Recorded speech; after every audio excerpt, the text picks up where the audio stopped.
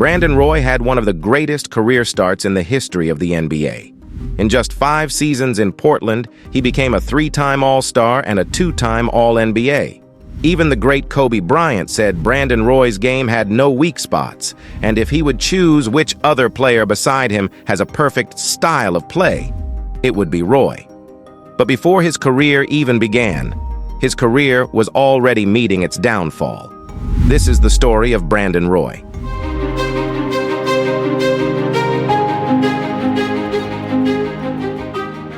Born on July 23, 1984, in Seattle, Washington. Brandon Roy was the second of 3 children born to Tony and Gina Roy.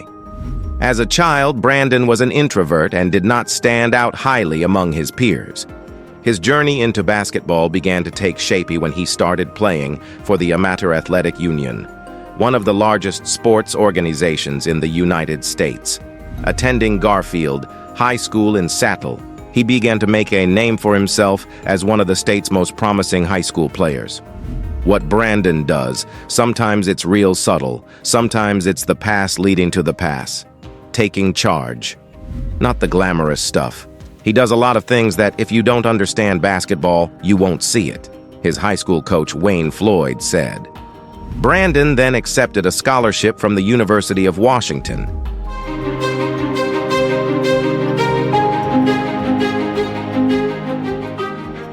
His start at the University of Washington was without the kind of fanfare and attention that top-tier prospects like LeBron James or Kevin Durant typically receive from a young age. Unlike them, Roy didn't emerge as a guy that can make headlines every day. In fact, he wasn't even considered a first-round NBA prospect until he neared the end of his college career. He played for 4 years under the guidance of head coach Lorenzo Romar and pursued a major in American ethnic studies. So many players to come out of the Seattle area that have been successful. But Brandon was just different in that he was the local kid that stayed home. Throughout his collegiate career, Roy grappled with injuries and sometimes found himself overshadowed by more dynamic players like Nate Robinson. He didn't even reach 14 points per game until he became a senior. Following an off-season workout regimen, Roy's game underwent a major transformation. He played with newfound confidence and aggression. He embraced his role as the team's focal point. Because of his busy off-season training, Roy scored a career-high 35 points in the Huskies' Pac-10 opening win over Arizona State. Season after season, Roy consistently shot over 50% from the field. His efficiency was particularly notable in his junior year when he achieved 56.5% shooting percentage, ranking second in the Pac-10 where shooting percentage rankings were dominated by inside players. During his senior year, Roy averaged 20.2 points per game, guiding the Huskies to a 26-7 season. By the end of the season, Roy was named the Pac-10 Player of the Year and earned a spot on the first-team All-American roster. He led the conference in scoring and ranked among the top 10 players in an impressive 10 of 13 statistical categories. Additionally, he was a finalist for numerous prestigious awards, including the Wooden, Naismith, Oscar Robertson, and Adolph Rupp Awards. In the NCAA tournament, his performance cruised the Huskies to their second consecutive Sweet 16 appearance. His draft stock skyrocketed, which made him a highly sought-after prospect in the NBA draft lottery.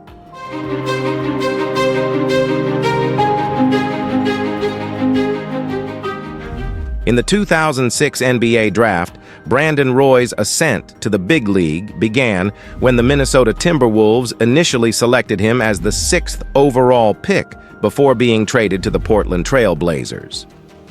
The next chapter in his career unfolded in Roy's hometown when he made his NBA debut with the Portland Trail Blazers. He immediately made his presence known, scoring 20 points in his first game and 19 in the following one. However, injuries were an early obstacle, with an impingement in his left heel sidelining him for 20 games during the season. He still won the Rookie of the Year award despite finishing the season just playing 57 games due to injuries. The following season saw Roy start in the first 48 games, averaging 19.1 points, 5.8 assists, and 4.6 rebounds. They finished the season with a 41-41 record, but was not enough to contend in the playoffs. As he entered the 2008 preseason, Roy underwent a procedure to address a knee issue, but he was back and ready in action for the regular season. On December 18, 2008, he reached a career high by scoring 52 points against the Phoenix Suns on exceptional shooting efficiency. Roy's stellar season earned him another All-Star Game appearance, and he garnered MVP consideration, finishing 9th in the voting for the 8 and 9 season. His consistency led to his selection to the All-NBA second team after playing 78 games that year, where we saw him average 22.6 points and 5.1 assists per game. The management and Roy made an agreement in August of 2009 as Roy committed to the Trail Blazers by signing a 4-year max contract. This deal included a 5th-year player option as well. This locked him as a Blazer until at least the 13-14 season. His performance that year was once again acknowledged with an All-Star selection, his 3rd appearance ever. Unfortunately, a right hamstring injury hindered his participation during the season.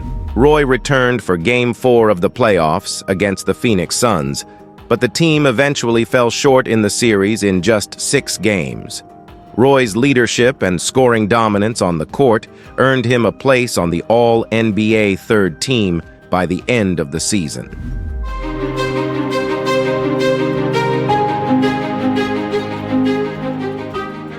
Despite his great talent and a promising start, Brandon Roy's basketball career suffered from a string of serious injuries that took an increasingly heavy toll over time.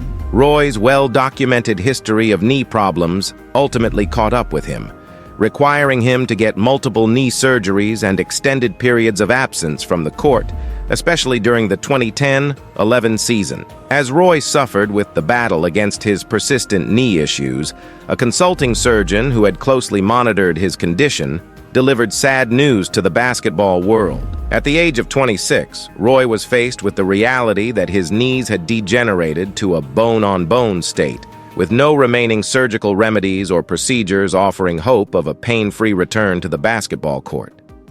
The beginning of the end became evident with Roy trying to persevere during the early months of the season.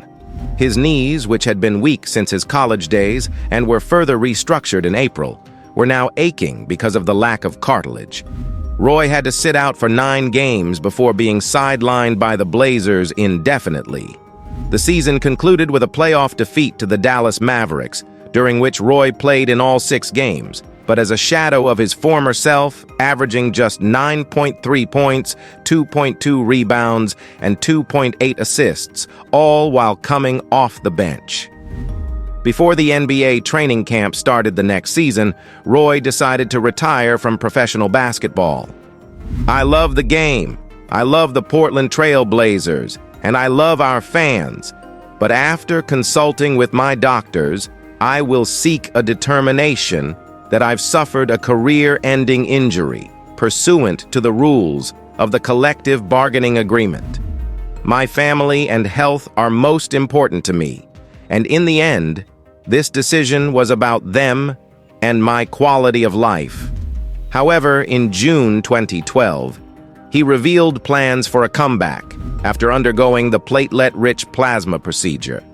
This was a method used by Kobe Bryant to maintain his knees. Roy was signed by the Minnesota Timberwolves in July of 2012. He was doing fine during training camp, but an unfortunate collision during a preseason game led to another injury. His contributions were understandably limited, averaging 5.8 points, 2.8 rebounds, and 4.6 assists in 24.4 minutes during the 2012-13 season. He was then waived by the team in May 2023. In 2016, Roy assumed the role of head coach for the boys' basketball team at Nathan Hale High School. His outstanding coaching efforts did not go unnoticed, as he was honored with the prestigious Naismith National High School Coach of the Year Award in March 2017. However, this promising athlete, initially destined for greatness, was forced to confront the harsh reality of an early retirement, a consequence of his unyielding battle with debilitating injuries.